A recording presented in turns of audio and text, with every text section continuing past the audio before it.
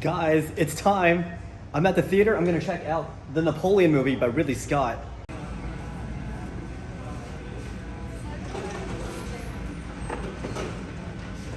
I'm going in. I'll tell you about my thoughts after I watch the movie. It's a pretty long one though. Fancy seats. There's a pillow here. Hey guys, I just got out of the movie, which was about 2.5 hours long. And let me just start off by saying I was really disappointed in this movie. It's sad to say because I'm a huge fan of Napoleon. He's my favorite modern military commander of all time. Not my favorite commander of all time, but in terms of modern times, say the last 200, 300 years, Napoleon's definitely my favorite. Obviously, you guys know my favorite is Alexander the Great. Also, I was really disappointed because this is a Ridley Scott movie. I've seen so many great movies. Sorry, it's water. I've seen so many great movies from Ridley Scott. I loved Alien. I loved Aliens. I loved Gladiator. But this historical epic failed. It just failed. It just failed me, guys. I felt like Ridley Scott had a lot of ideas in his head of what he wanted. He had all these visual scenes in his head. He had all these battles and episodes in Napoleon's life in his head. And he wanted to put them in his movie, and he did, but he did not have a story connecting these ideas together. It just felt like a mess. He had all these ideas, put them together, and there was not a coherent story. The script was non-existent. It was a really disappointing movie. Yeah, I felt like, you know, he pulled these battles out of Napoleon's history book. Only a few select ones, like the Siege of Toulon, Battle of Borodino, Battle of the Pyramids, Battle of Waterloo. He wanted to put these battles in his movie, but because the movie is only 2.5 hours, there was no time to show much of the battles at all. And he didn't go into any depth with these battles. There was no sense of Napoleon's strategy. There was no sense of how these battles were actually fought.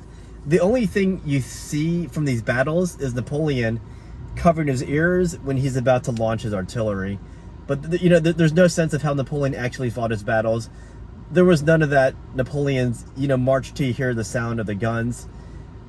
There was no depiction of the French column tactics. Like none of that was depicted. When you go to the Battle of Borodino, they just show a few, you know, gunshots, and then they immediately show how many French casualties there were.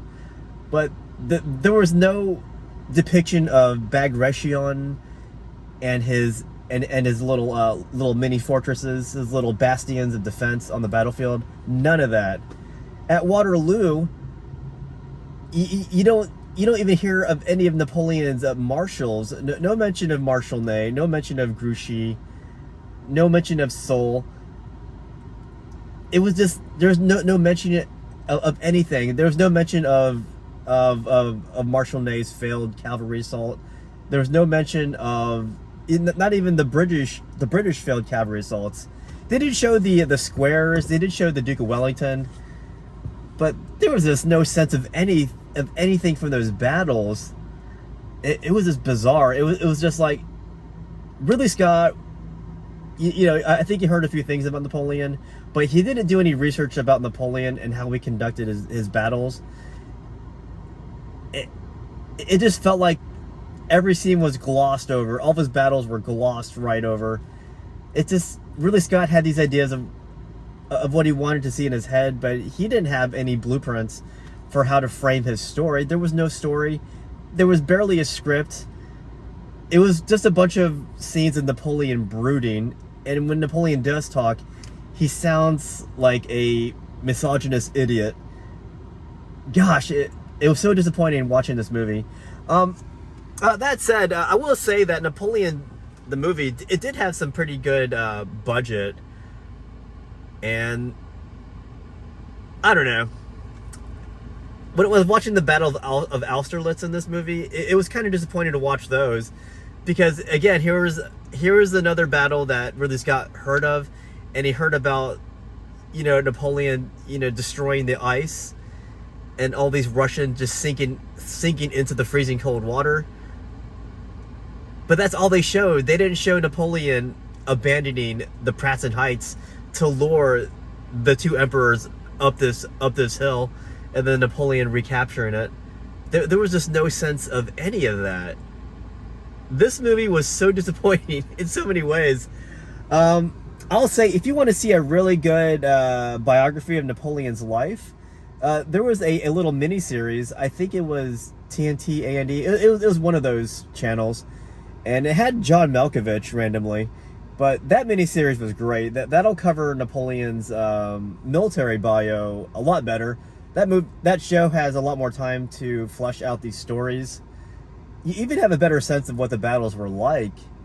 If you want to watch two movies about Napoleon that are more focused, I'm going to recommend Monsieur N, which is a French production, and it centers around Napoleon's exile.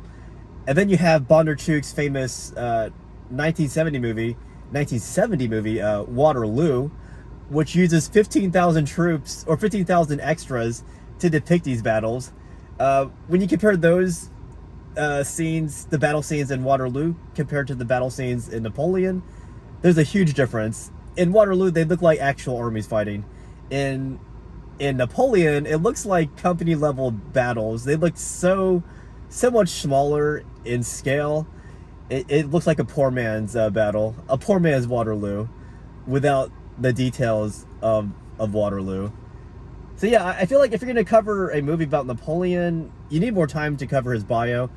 If you want to tell a better story about Napoleon, then be more focused like Monsieur N or Waterloo. You know, go into the details of Napoleon's battles and his strategies, stuff like that. I will say, I will watch this movie a few more times, even though I was really disappointed in it. In fact, I really hated this movie a lot. I'm still going to watch it again, though, because I love Napoleon as a military leader from modern times. I think that's all I want to say about this movie. I was really disappointed. I was really hoping to come back to YouTube and to report to you guys how much I love this movie, but it ended up not being very good. This was like my most anticipated movie of 2023, and it looks like Barbie is going to be my favorite movie of this year, and I'm going to say Napoleon is not even in my top 10 favorite movies of this year. That's how disappointed I was with Napoleon. So those are my thoughts on the movie. Did you see the movie yet? What are your thoughts?